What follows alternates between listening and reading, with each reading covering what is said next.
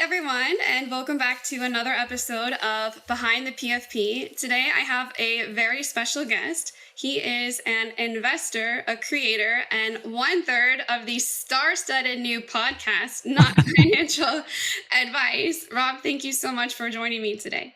Yeah, Jade, thanks for having me. Fun times. Now, I wanted to talk a little bit about your background for those that don't know you.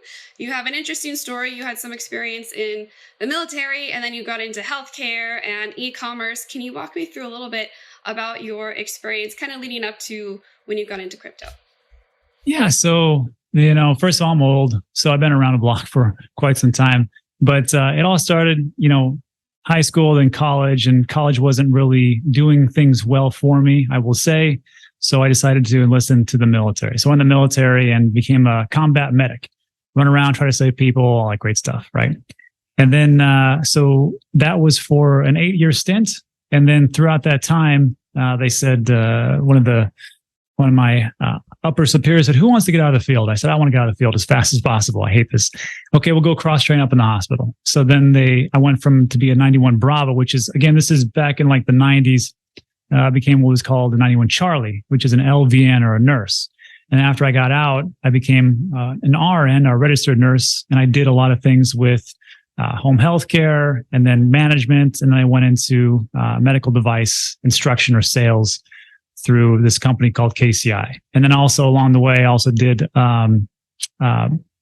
pharmaceutical research in a place called MDS. So a little bit into the medical field, and that was like 10 or 15 years. But along that way, I kind of figured out that if I trade my time for money, I will never get ahead.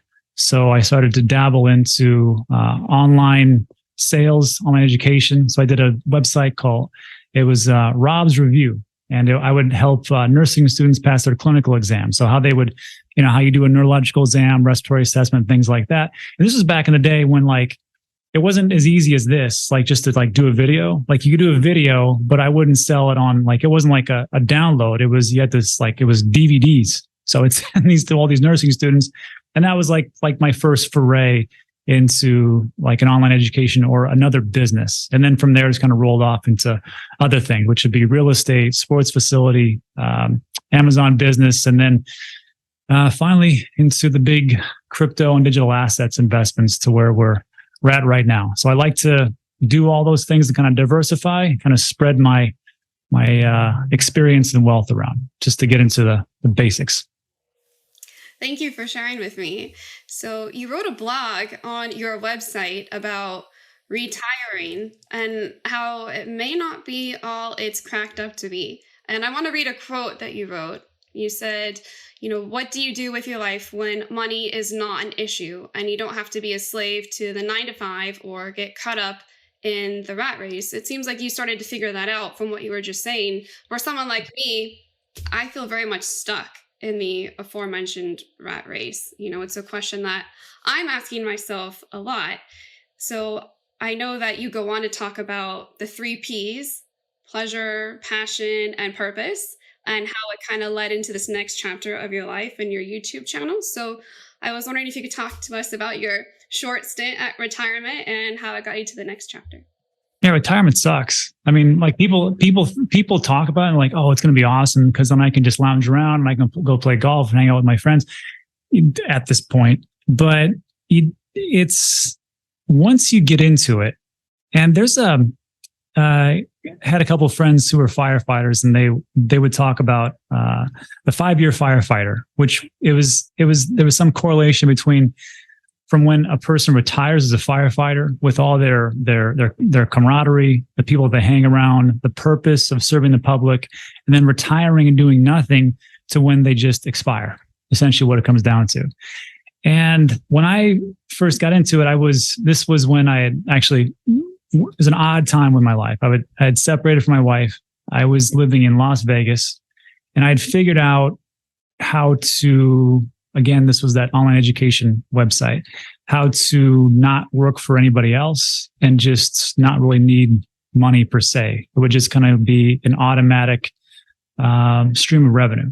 So now when you don't have to go to work, and I remember going into it, I was an intake coordinator for a home health company. I would go and assess different patients, see if they were suitable for go to home health.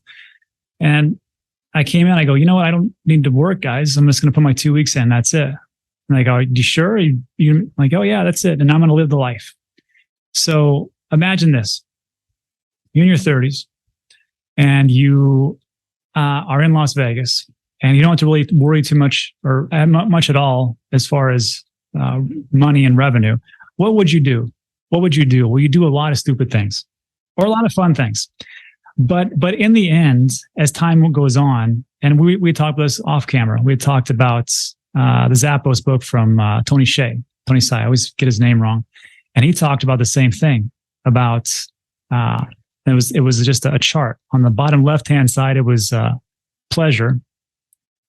And then in the middle, it was the passion. And then on the upper right, it was purpose. So it goes, at first you start down this like little rock star type of thing, and you just have your dopamine rush and do what you want to do and have a great time. But it only will fulfill you for so long. And anybody who's retired or has lived that kind of lifestyle will tell you it's only great for so long before you're like, what am I doing here? What is my purpose? What should I be doing? Because I can't just lounge around all day and then wake up and do whatever I want to do and have this fun, because it will never lead me to anything great. So you say, okay, well, I'm going to have a little bit of passion for something. And then you get into some type of another business deal, another ability to buy another condo or something. I don't know.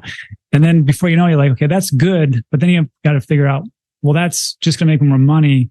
And that's compounding the issue. Now I have to find my purpose. What is it that I really want to do out there? I know right now, people probably listen to this like, this guy, he has no idea what I'm going through. Trust me. When I just got out of the military, I couldn't really do anything because I couldn't, work in the field that I was in. I remember working 2 different jobs. I work at UPS and a grocery store. I worked 2 jobs to make ends meet because that's just what you had to do. I get it. It sucks. It's tough. 9 to 5 wasn't 9 to 5. It was 9 to 9 because you'd have to work extra shifts and things like that. So I totally get it. But there's going to come a point, and it's going to be faster than what you think. It happened to me. I think, Jade, it's going to happen to you as you go through with your journey through crypto and digital assets. Then you got to figure out, well, what's my passion? And you can look at it in 2 ways. So for me, there's always 2 things I think about, like purpose of life type of thing, like the big, huge philosophy and mystery. There's 2 ways you can look at it, like with the Dalai Lama, and he says he boils it down to like this: just to love and be loved. That's a pretty good way to do it. Love and be loved. I got that. What about the other part? The other part is from the Stoics. You can take a look at Marcus Aurelius and Epictetus and those, the ancients, and they would say the purpose of life is to constantly improve and to improve those around you. So if you can do those 4 things, essentially, that's a pretty good way. But now it's up to you to figure out what that is. And of course, I can't tell you what that is, but everybody has a different purpose. So if you can do those 4 things, improve people, improve yourself constantly, it's a pretty good way to live your life. How did you figure out that education was it for you? Education as far as the life goals, or education as far as like educating other people? Educating other people. You started with educating the nurses, right? Helping them with their degrees. And now you educate people getting into the crypto space. So that seems to be a very positive driving force in your life. So what kind of led you to find the education? Yeah, it's a good question. I never thought about that. Why is it like that? But I think it kind of comes down to who a person is, right? Because we all know those people. Most of the people, let's be honest, most of the people out there, there's givers and there's takers. And I think we all know this, right? So and for the majority of people I meet, it seems like they're more givers than there are takers. And then there's just different people on that spectrum, right? So for me, like, I know, like when I was growing up, my mom would always say the same thing, like who'd you help today? Or what have you done good today? And that was one of those things. And then as you grow up, like when I went in the military, you take this test called an ASVAB test, and you can just see how, reasonably intelligent you are. Like, and of course I took it like, well, you're not, brain dead. So, what would you like to do? And they gave me this list of different occupations or MOSs that I could do. And I was like, oh, a medic, that'd be pretty fun. I like to do that, help people. And then the next thing, nurse. And the next thing, education, and the next thing. So I think for me, it's always kind of been that way to help to educate people. And talking about that, we educate and we try to do our best thing along that continuum of life, but we do get it wrong sometimes, right? So like, I know like we've gone through a pretty crappy path with, let's just say for our recent investments, like a Celsius and a Voyager. Those are two things that like I can't get back. Those are two mistakes that I made for me and my investment strategy and what I did. And then unfortunately, like I would tell people it's not financial advice, but I would talk about these things. And I don't think I put enough weight on it that it was it was more risk than what it was. We didn't think it was that risky, even though it really was.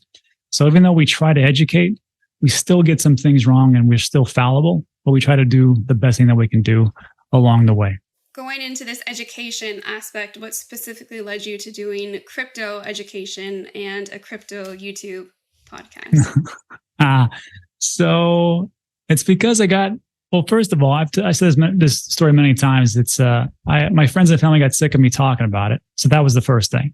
And the second thing was, again, I was getting into that stagnation period because the website was doing fine. I was doing Amazon FBA, and that's pretty simple, quite honestly. And then the sports facility, someone else runs it. And then for the real estate, we have real estate managers that do it. So I was kind of like, I didn't really have a ton of time I had a lot of time to do things.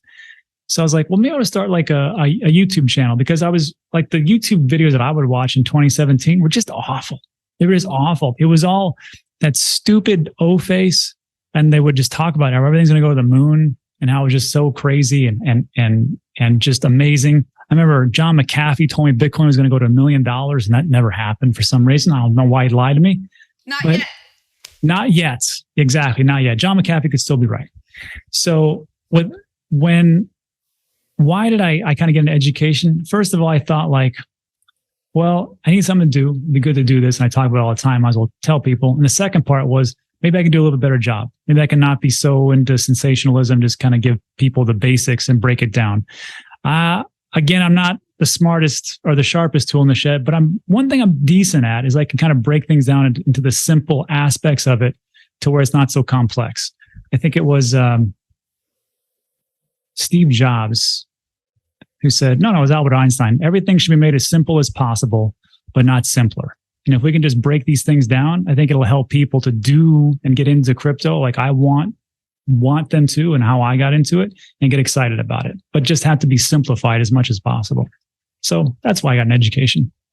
Now, on your website, you were telling me that you have 4 or 5 very simple rules for people that are getting into this space. Can you tell me? Yeah. Can you tell me what those are and what people might expect to find if they sign up for your course? So there's in every video that I do now, underneath where my video screen is, and I do the daily stories about what's going on in the Cryptoverse, the crypto world, there's just these 5 rules, and they're very simple. And the first one, it says it's all gone, meaning that you should never invest more than you can afford to lose. If you think to yourself, okay, all this, and I'm going to put in my life savings, I'm going to sell my kids and my kidneys, and I'm putting it all on Luna. Okay. If you do that, just know that, yeah, exactly. Just know that it's a pretty high risk and it's all gone. If you can think like that, and then you're like, maybe I shouldn't do so much. So there's that first thing. The next one is 100% scam, meaning everything's a scam until proven otherwise. Even if, like you watching this video right now, if I reach out to you, which I won't, but let's just say that you get an email from me or a message from me, or you're on Telegram and you're like, oh, Rob wants to know my investment goals and he's got this great deal for me, I should sign up for it. I'm a scam. Everything's a scam until proven otherwise. So you have to understand that. Next one is don't use leverage. Don't leave. And of course, you can 2x and 10x and 100x, but it's just a heartache. And then the next one is make sure you don't leave anything on exchanges. And I'll give you 3 reasons for that. It's called Celsius, Voyager, and FTX. Don't ever forget that these things happen. And the last thing is take profits. If I would have listened to myself, this is where I try to learn from my own mistakes. I made an exit strategy along the way from 2019, because I started in 2017. I rode all the way up and all the way down.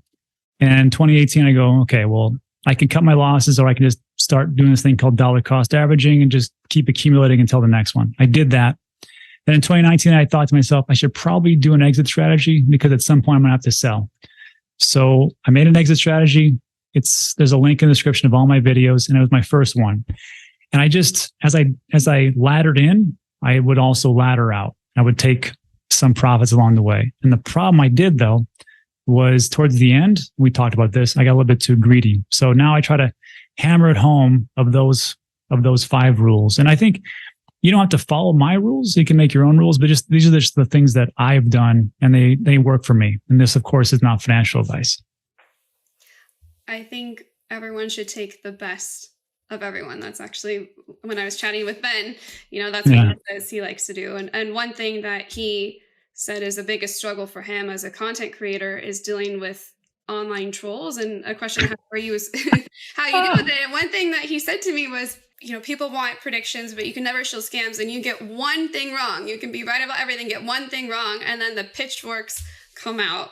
And so I'm wondering, you do your best. We all do the best that we can, but there's a lot of negativity out there. How do you deal with the online trolls? So I think of it in a couple of ways. First of all, Ben's right. There's a lot of trolls and people are angry, and with good reason, because they're angry because, things didn't go 100% great at all times. I get that. And sometimes I kind of look at it like, there was a quote in Meditations by Marcus Aurelius, and he said, it is better that these things happen to me than anybody else, because I can handle these things. So when I get hate, from trolls, or people say, Rob, you're wrong at this and you're wrong at that. So I don't ever ban anybody on my site. I will kick you out if you're, shilling a straight up scam, like, hey, BitConnect 2 is going to be awesome. Then of course you're going to be gone. But the ones that say, Rob, didn't you shill Celsius? Didn't you shill Voyager? And I say, yes, you're right. And like, how can you do this? And they get very angry about it. And I say very realistically, I'm like, look, Voyager and like in this specific example, like Voyager and Celsius worked until they didn't. When I figured out about Celsius, I put a video out about it. 9 hours later, they shut off withdrawals. With Voyager, because it was a publicly traded company, when I figured it out, because they did a $640 million loan at 3 Hours Capital, put out a video, and 2 weeks later, they shut off. But when people are angry about like something I got wrong about in one of my videos, like just to yesterday, I misquoted. I said, I misquoted. I replaced the word CoinDesk with Coinbase. And there was somebody in the comments that said, how can you do that? What, how stupid are you to do those things? And I was like, you know what? You're right. That should have been a little better. So for me, like, I always have to think about the people that are behind the trolling, because sometimes everybody's fighting a battle. I don't know what it is. So I try to be as like realistic as possible and as calm as I possibly can, kind of go from there. Remember, Jade, as time goes on, things don't really bother me as much as they used to, because I just get old. That's just how it goes.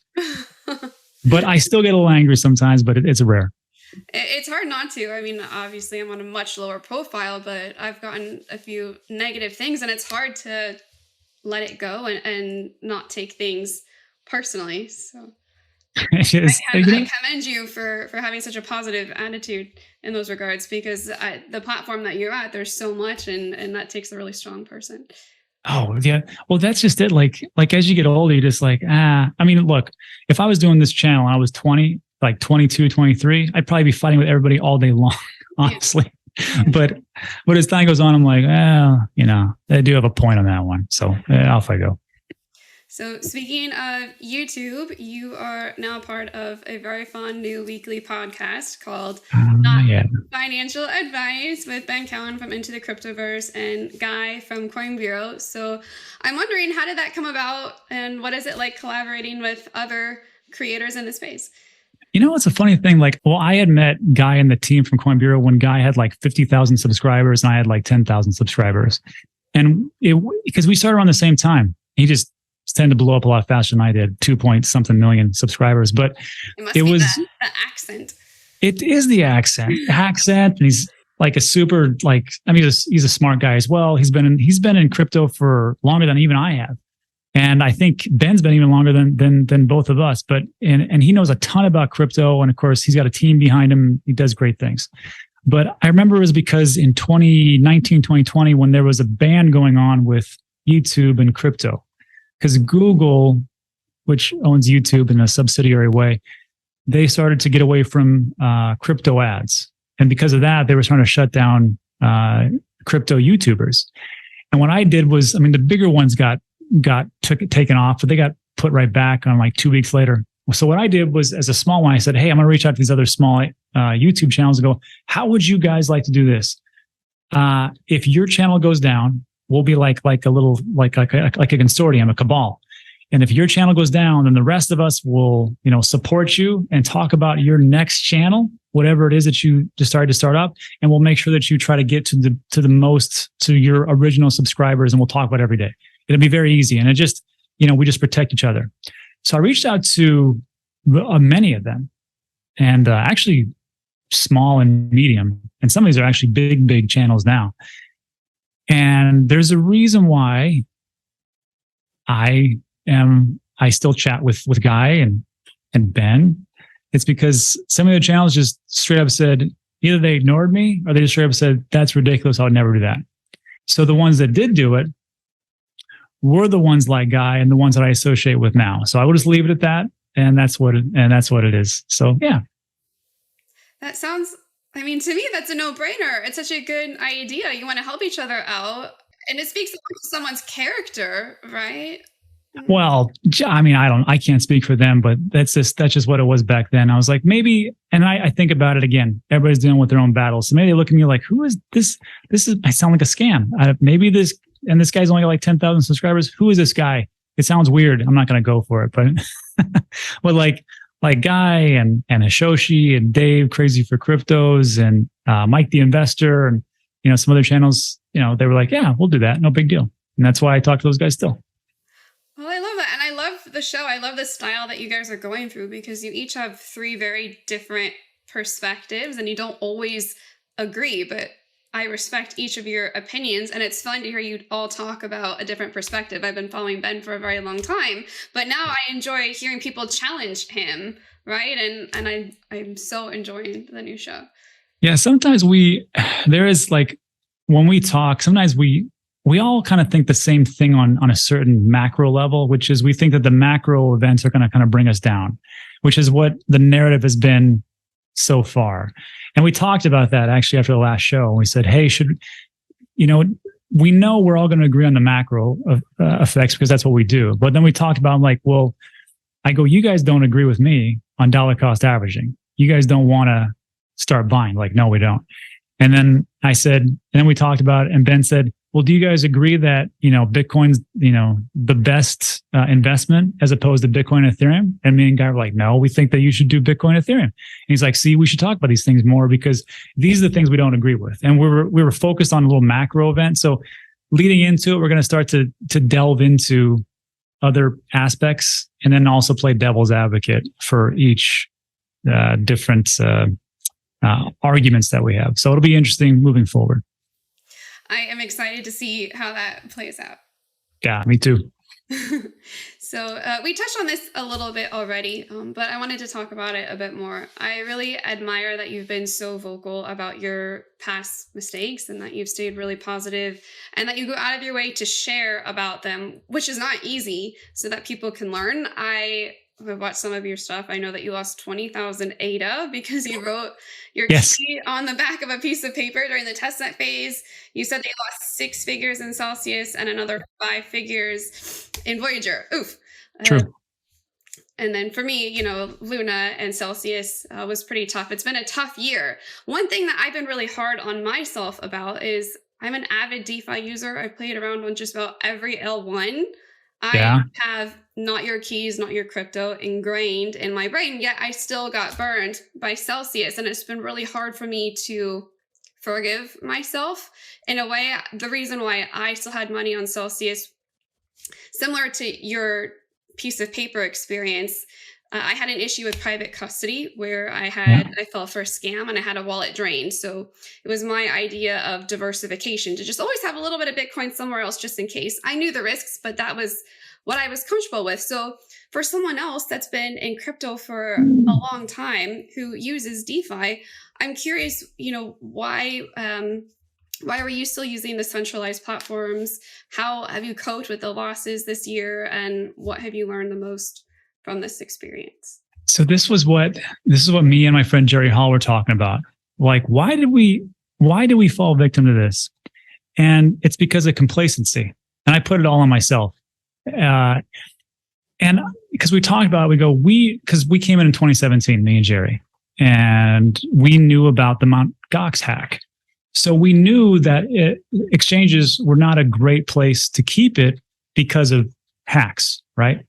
So then there was like a little twist when Celsius and Voyager came along. Then it was like, well, we're a centralized exchange, but we're not, because Voyager, they were a broker. So they would aggregate different exchanges. So you would never lose all of your crypto. And Celsius was like, well, we have this, HODL mode or whatever the heck whatever it was. And of course we have loans, and of course we're going to make it there. So it should be okay. And what it really came down to was this: we started to believe that narrative, and I believed the narrative. And then once I got into it and I did it for so long, because remember, Voyager and Celsius worked until they didn't. Voyager did exactly what they said they were going to do. The only thing that they screwed up, well, they made a couple mistakes, but the big thing they did was that huge uncollateralized loan. And it only takes one thing.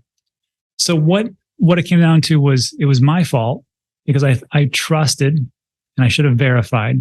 And now moving forward, this is what me and Jerry were talking about. I think what's going to worry me moving forward, and this is why I keep doing these videos, even though some days, like we talked about, I'm not like super pumped to do a video. In the next bull run in 24, 25, 26, 27, whenever it is, the narrative is going to switch for these centralized players or a centralized entity. And they're going to say, look, Mt. Gox was a hack. We figured out how to deal with that. The other part was there was commingling of funds and there was uncollateralized loans. We fixed that. Now we're going to do this thing what's going to make everything okay, and just trust us. And you're going to be able to put your crypto and be safe. And you don't have to worry about hosting or having custody, and people are going to believe it. That's my prediction. So it's going to be up to me and you, Ben, Guy, and everybody else out there to remind them, look, I'm going to give you 3 reasons why you have to custody it. It's Voyager, Celsius, FTX. They're going to tell you a song and dance, but it's more important that you learn how to custody it. And hopefully in that, in 2 or 3 years, we have a easier system than a nano ledger. Then you can say, you're going to actually be able to own your actual crypto. And what do you even own? Like, if you think about it, so this place in Puerto Rico or different places we have, the title, we own the house, but do we really own the house? Well, not really, because the government owns the land underneath it. And if I don't pay the taxes, they can just foreclose. And the same thing would be like with stocks. Do you really own the stocks? Do you really take possession of it? And the same thing would be like with your bank account. And Bank of America is just, those customers are figuring this out right now. They don't really own these things as they start to lose their funds that are in there. The only thing you could come close to it, and this is what Jerry told me, and it was a good point. He said the only thing you can come close to actually owning something in reality is if it's like a gold bar. This is why, gold bugs and metal people love this. And then also, if you think about your car, if you have like the title, you actually own your car. But then like for your funds in your bank, which are just zeros and ones, you don't really own anything. But with crypto, you have it on a ledger. It's yours, your private keys. You actually own that if it's in that system. Now, MetaMask, I don't know. I can't vouch for that. But these are the things this is the narrative that I think is going to go forward. So to answer your question, why did I do it? It was my fault and complacency. I thought I could trust, and I obviously couldn't. Moving forward, since I learned from that, I'll be able to hammer it home to people. Mm-hmm. You can do it, but here's why you shouldn't. Mm-hmm. I really like that you've taken an approach of self-responsibility and not the victim mindset. That's what I've been trying to do as well. There's no one to blame. I'd love to point fingers at someone. It would be so much easier, right? Mm-hmm. But at the end of the day, it was my fault, and I really appreciate what you said. And I like that this is going along with your purpose in helping educate people. You can help present the information, and there will be the class of 2023, 24, and beyond. And they're not going to know these lessons. They didn't live through this year like we did. And it's your purpose to help share that with others. So. Yeah, thanks. And then Jade, but doesn't it make sense though? Like we talked about with Marcus Aurelius about talking about how it's better it happened to me than somebody else. Because okay, so like you, right? Young person, you can bounce back. I know it's tough, but you can bounce back. And then you're really delving into the DeFi aspect, which will probably take off in the next bull run. So like, it's a good thing it would like happen to like somebody like yourself, as opposed to, and this used to happen to me when I worked home health. And this is why I hate scammers so much, is that I would go to a patient's house, and it happened all the time, and talk to the patients, and they're usually elderly, obviously home health, 70, 80 years old, get scammed out of their entire life savings. Now, what do?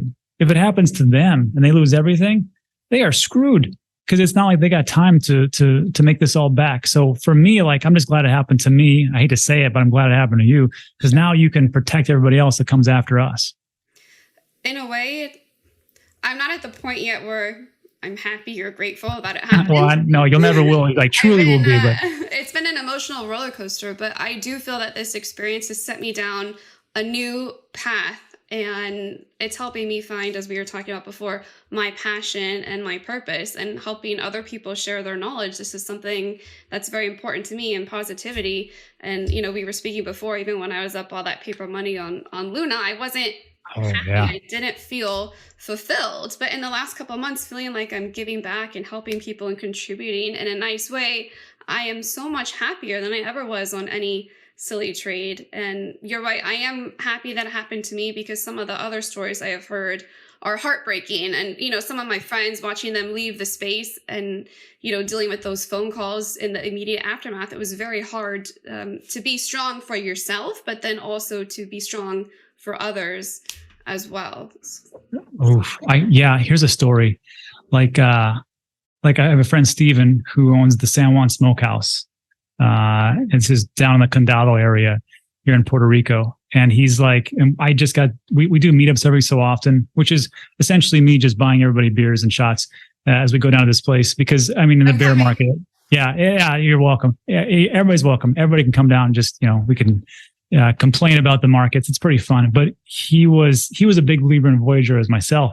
And he had a business account. He had the debit card. He had rolled most of his funds into Voyager for the business. And he said, you know what? He goes, man, I got to tell you that. He goes, the video you put out, he goes, about Voyager. He goes, if I hadn't seen that, all my funds would have still been in there. He goes, all of them. He goes, but thankfully, I took it all out in time. But that's just one positive. For every one positive, I hear the other ones, like I hear a lot of FTX people who just lost their entire life savings, and that's just gone. So they are all awful. That is for sure. So just awful. Again, a way that we can give back is to help share our story with others. It's hard to be vulnerable. It's hard to talk about our mistakes. And one thing, when I was first getting into the crypto space, I was jaded because I only ever saw a number go up and look at all this, 100x I made on this return. I didn't know that people could lose money. I thought that this was a no-brainer. And what I didn't realize was, for every one time they had a winning trade, there was a bunch that they were losing on. So I told myself, if I was going to be more active, I wanted to show the good and the bad, the full spectrum. And I really see that in you, and I respect that, because it's not easy. Yeah. So Jay, thank you. And you know what it's like? It's like when I lived in Vegas, I had a couple of friends who were just like, we talk about degenerates, but I had some friends who were degenerate gamblers. And I talked to them, and we'll say, Pete, hey Pete, how'd things go at the tables the last weekend? Oh man, it was awesome. I was up like $10,000. I was crushing it this weekend. I'm like, oh, are you up for the year? It's like, no, I'm down like 120,000. But this weekend though, 10,000, shoo. And that's all he would talk about for the whole week, that 10,000 big, but not the other 110 that he's down. So it's just one of those things where it's like, people always like, you have there's a version, and there's like the reality. And it's good that we bring forth the reality just a little bit. It's risky out there. Definitely. So again, we kind of touched on this as well. I don't know if this will relate to your Celsius Voyager experience, but the biggest challenge that you feel you faced in your crypto career, and how did you overcome it? Was it this experience or perhaps something else? You know what? It's the first experience. It's getting over that first hump. It's tough. It's a toss up actually, because that first hump, because when you first get into crypto, you hear all the positive stories, how it's going to change the world and everybody's involved. And there's all these stories about different partnerships that are going on and the news articles. And you can take a look at on-chain data about how things are growing and everything just sounds fantastic. And then that first dip, you're like, oh, it's weird, but it'll go up, and maybe it does, it doesn't. But that first bear market, when you first feel it, and then all the news outlets that were covering it as Bitcoin and crypto was going to be the next savior of all time, all of a sudden becomes demonized and is going to zero. And you're like, where the heck were these people when this was going up all the way? It's that first time when you have to go through it and you have to decide for yourself, okay, is this really going to zero? Did I just get taken? Is this a scam? And if you can get through that, like we did, I think that's the initial hardest one. And the second hardest for me, and Ben talks about this on his channel, I got to agree with him, is just apathy. Just as everything chops sideways, nothing's really going on. Because let's be honest, okay, Jade, here's a question for you. Bitcoin today is 21,000, something like that. If for some reason, I don't know what, black swan event or something, it goes down to 10,000, what would you do? What would I do? Yeah, it goes to 10,000, right? Would you say, okay, well, that's boring. I don't really care about that. Would you buy some or would you just sell off? At this point, I'd probably be really excited and I would be buying. That's just it. So I guess I should preface it with, what really caused it. Let's just say it was Jerome Powell comes out and he's like, you know what? We're going to go 100 basis points. Okay. So it just drops for whatever reason. In that type of situation, even though it's gone down, it's exciting, right? So you're like, oh, I can't wait to buy it because I know it's going to go up. That's exciting. But let's say it goes from 20,000 to 40,000. Joe Biden comes out and goes, you know what? We're going to make Bitcoin the reserve currency of the world. 40,000 easy, 50,000, 60,000.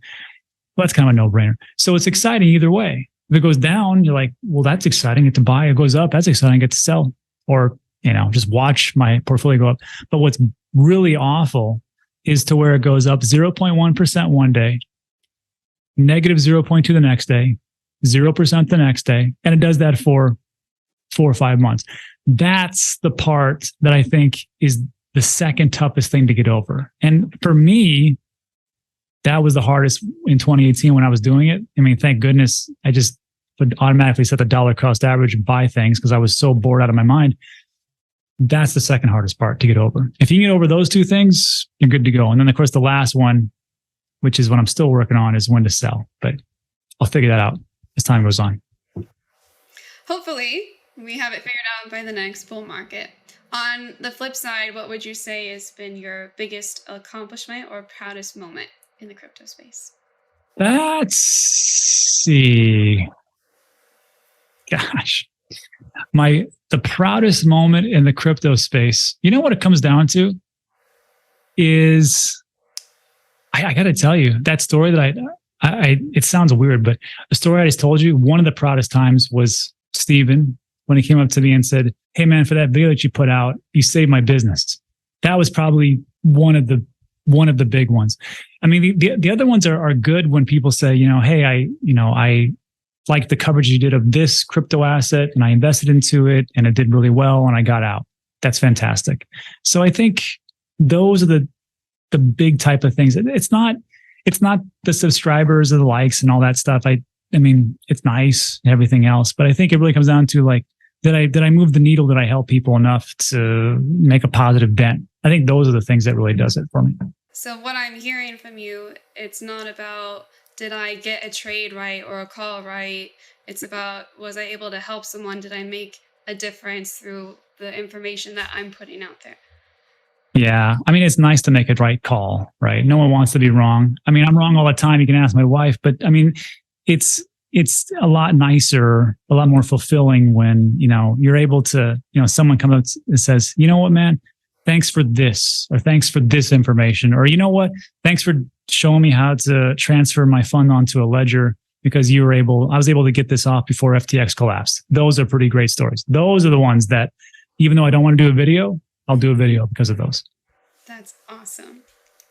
I've heard you say a couple of times to watch those that are building in the bear because they crush it in the bull. So I'm wondering, are there any projects that you are watching right now that you are excited about, or maybe it's too early to say? No, it's not. I mean, I get excited. You know what? It's funny though. It's like, we know that some of these projects are building. They might be good. They might not be. So before I even say what I'm going to say, let me just preface it with this. This is where I've learned from my mistakes. You know that great restaurant down the street from you in some strip mall or whatever else, and you go in there and you're like, yeah, the food is just fantastic. This place is awesome. And there's nobody here. It's crazy, but it'll probably pick up. You go back a couple weeks later, nobody's there. Maybe a couple of people. Food is awesome. The service is fantastic. I mean, it's just magnificent. You come back in 2 months later and it's closed. You're like, what the heck happened? That was so good. They had all this fantastic food. The service was fantastic. I heard they had a partnership with whoever, another one. Sometimes businesses don't make it. That's just how it is. And I mean, small businesses, the majority after 5 years, 80 to 90% fail. So having said all that, I am excited about. Thanks. Yeah, I'm pretty sure I stole that from somebody else, but I appreciate it. So like for these ones, when I look at it and I see the people that are building, like first of all, Polygon. Polygon, Disney picked them up for their incubation program. I've covered a couple different projects. One of those being Genso Kishi, which is a play to earn multiverse game, and they built on Polygon. A lot of things are being built on Polygon because it's so cheap. So on that one, I think Polygon could do pretty well, especially as Ethereum seems to like start to win things. The other ones that I'm excited about is, and also full disclosure, I'm super biased when I say about this because if I'm going to say it, I own it. So just so everybody's like, I wonder if Rob owns that. Oh, Rob owns it. Trust me. So like the other one would be World Mobile Token, which is, it's built on Cardano. They're the ones that are bringing telecommunications into parts of Africa, and they're branching off into the USA. So what I like about them is that it's actual real world utility. You can go to World Mobile Scanner, and you can see that the amount of terabytes that are being used right now through video and telecommunications and data, which is you can do right. It's like over two terabytes, which is not a lot. Quite honestly, but in third world countries, that's huge. And that's like 40% of the entire globe needs these types of services. So I like those ones. Of course, the Avalanche things that we've covered lately, that's only because it's a recency bias. I take a look at the Amazon Web Service, their partnership, Alibaba, which is just like Amazon, but in China. And then that large gaming platform, which they partner with, it looks pretty good. And Cosmos, because we've talked about those, the layer 0 technology and the things they're doing. And one thing I will say about Cosmos is this: they are battle tested. Did you know? I think, well, you do, Jade, but people at home, Luna was built on Cosmos. And when Luna crashed, and it crashed hard, that didn't affect anything else. That didn't affect the crypto.com coin or all the different coins that are built on Cosmos. Players, they're like, we don't care. They had their own validators, everything else just kept going. Now in other layer 1 solutions, if that solution goes down, that's it. So off they go. So I like that one. Cardano could be big. Layer 1s, I like Polkadots, maybe Solana if they ever figure out, like, I know people are going to hate this, but maybe stop going down all the time. And and of course, I like Chainlink just because I don't know of any other oracle that's being used to pull real world data into smart contracts. So, and of course, Bitcoin, Ethereum. So those types of things I think could do pretty well. But again, if 2 hit and the other 8 fail, I'm feeling pretty good. Well, I am excited to have you start to explore the Cosmoverse. It's Right. something that I started exploring after Luna. I feel like a lot of the Rex lunatics went over that direction, so I followed them as well. I've been enjoying my experience, so I think there'll be a lot of fun DeFi and NFTs, and there's lots of builder activity for you to explore. Jade, the airdrops, right? The airdrops. The airdrops, yeah. We were speaking before. I my first altcoin purchase in a long time was Atom. And if you stake Atom, I feel like it just rains airdrops all the time, very reminiscent of early Terra. So that's a project that I like right now. I have to agree. I hopefully we see big things. Who knows which one's going to win? I'm just going to spread things around. That's why I diversify. Diversification. Now, I want to know what's been your most Degen trade, play, thesis. What was the result? And is it still ongoing? Oh, in crypto? Mm-hmm. So there's this, I've got this this second channel, and I don't really talk about it too much because I don't really review many things on there. It's called Degen. And of course, my channel is just basic meat and potatoes, what's the news going on, and very safe. But Degen is for, well, you degenerates. And the 4 that I've covered so far, Everdome, Fame, and Gensukishi, and Sweatcoin, did okay. They did okay. Fame is probably the worst one that out of all of them. But I've done some Degen plays, and I still think they could do pretty well. So like Fame, yeah, this is, if you want to, I'm not going to say it's a mistake, but so far the price action does not look in my favor. Fame was it was reasonable tokenization as far as like the cliff and the lockup. And it's like the UFC, but it's in Europe. And they pit influencers on like TikTok and Instagram and YouTube to fight in UFC matches. It's crazy. And they use the Fame token to pay these people, and these people get on their social platforms and promote it. And I was like, well, that makes sense. And of course, you get like discounts on the pay-per-views, which I got to tell you, they were actually pretty good pay-per-views. I didn't understand what they were saying because it was in Polish, but it sounded pretty good. So that was one of my Degen plays. Gensukishi is probably one of my best ones. And that was because no one had heard about it. It was built on Polygon, but it had a track record, which over 7 or 8 years, it's been on Nintendo Switch. It's been on PlayStation 4. It's on Android and iOS. And it was a Web 2 game that they ported over to Web 3 in a metaverse play. And they already had millions of people. So I'm like, well, that's a no-brainer. And it's still going reasonably strong. Everdome, kind of halfway. And then Sweatcoin, which again it was like Steppen, except it was free. And of course, people say, well, if it's free, I'm the product. Well, yeah. So right now, you're probably watching this video on YouTube. I guarantee you watched an ad. And if that's the case, unless you have YouTube Premium. So Sweatcoin was the same thing. It was an app. You would download it. It would count your steps. It would pay you in sweat tokens. There'd be some ads. Yeah, you could buy some things on there, and it was that type of thing. And that did okay. And it actually was the number 1 downloaded app in the world for 2022 in health and fitness. Over 100 million downloads. So that one did okay. But Jade, you gotta understand, that's just the download of the app, not the actual sweat token, which they could not release in America because of, well, you know that guy, Gary Gensler, was protecting us so hard we couldn't get the sweat coin over here in America. So maybe as time goes on, we'll see it over there. But those are my. Where we would get so healthy. Think about all the steps Americans would be walking more. I don't know. Yeah, I don't know. Like I'm doing a month-long challenge right now. So like everybody who downloads the app, like for 1 through 30, like first place, they get like 1,000 sweat tokens. They're going to get a Coin Ledger premium subscription. They get a subscription to Ben's website, and all these different NFTs and things like that. So that'll conclude on January 31st. And that's what we're doing with it right now. Going back to the Fame token, if they asked you to be part of this UFC octagon in the ring, would you do it?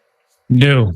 That is not my wheelhouse. Like there's people that can get out there and get into bar fights, and that was a long time ago. These days, I just want to stay healthy and not have my face mangled and punched in. So I'm good to go. Okay, perfect segue. I was going to ask you, what do you enjoy doing for fun? I know that you like to play volleyball. You have a charity as well. Can you tell me a little bit about that?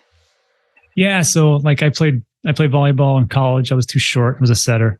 And then I played a lot on the sand. And then of course here in Puerto Rico, which is great. There's a lot of crypto OGs here. I meet a lot of people who they play volleyball and are also like early Bitcoin, adopters. And I got to tell you, some of those guys are kind of annoying because they're like, I bought it at $1. I'm like, I don't care what it was, Henry. I don't care what you bought it at. Just serve the ball. So like, yeah. So,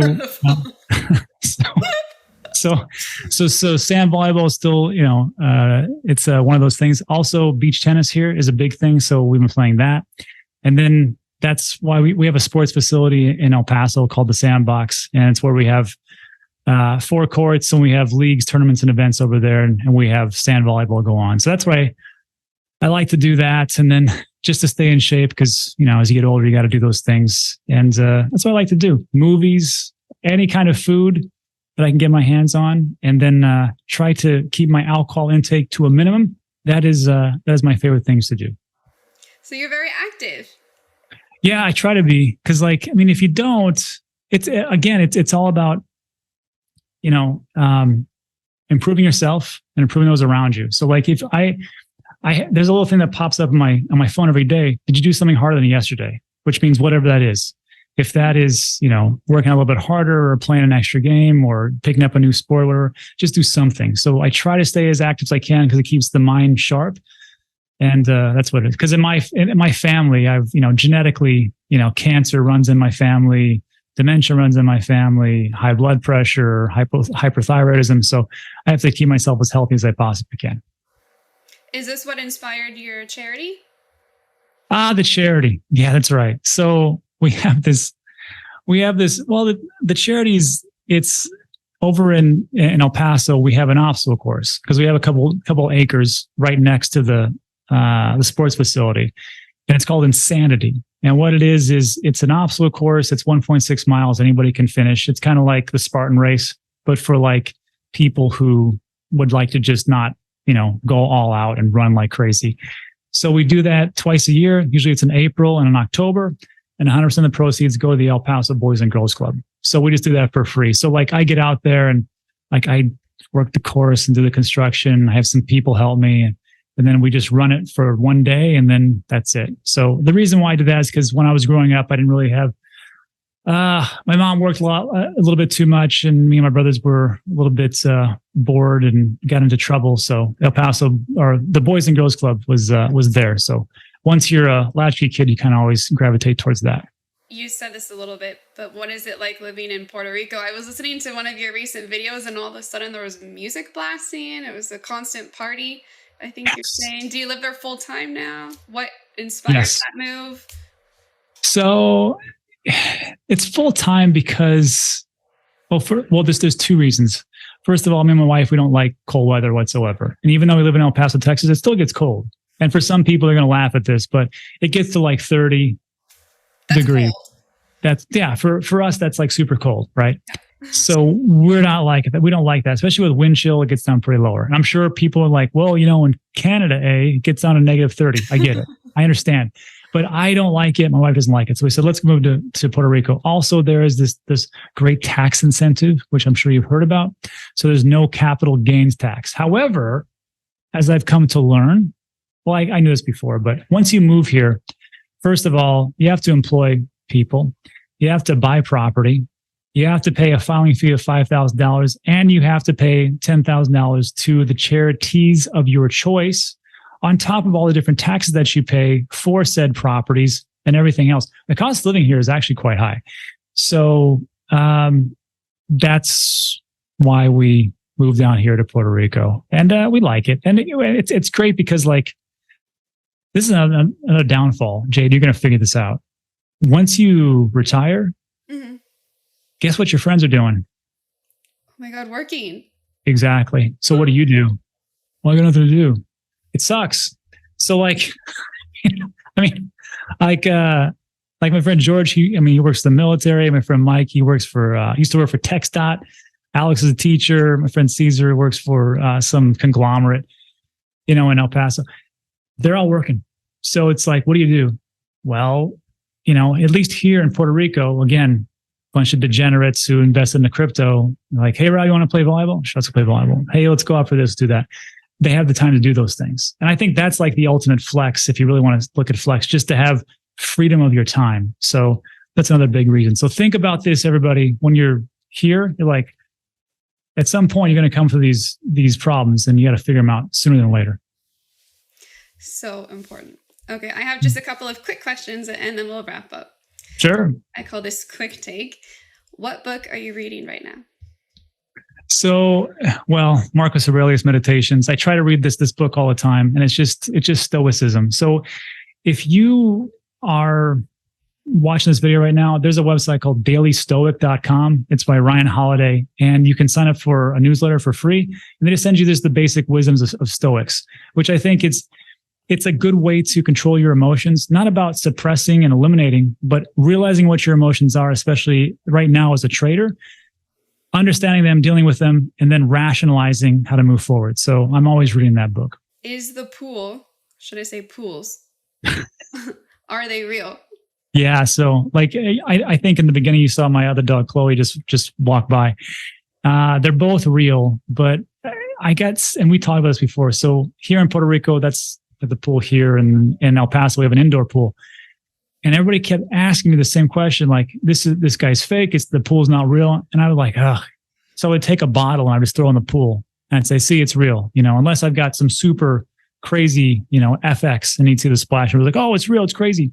Then I kept getting asked again and again and again. And then some people just did it just because they wanted me. Now there she goes. Just wanted to see me, do it. And I was like, I'm getting sick and tired of digging these or, scooping these bottles out of the pool. So I just said, it's a green screen. You guys are right. And then like with this one, like it's a green screen. So let's just get to the story so we can move forward. So that's it. That's hilarious. What is your most used crypto slang? For me, it's I'm not your dad, and this isn't financial advice. Because when I would say not financial advice, I think people would just skim over it. But when I say I'm not your dad, I think people would oh, this guy really doesn't care. Well, I care, but not enough to make you do anything that you shouldn't do. So I say, I'm not your dad. This isn't financial advice. Do whatever you want to do. But this is the thing that I'm going to talk about. So that's what I use the majority of. What's your favorite meme coin? Oh, my favorite meme. It's Doge. It's Doge.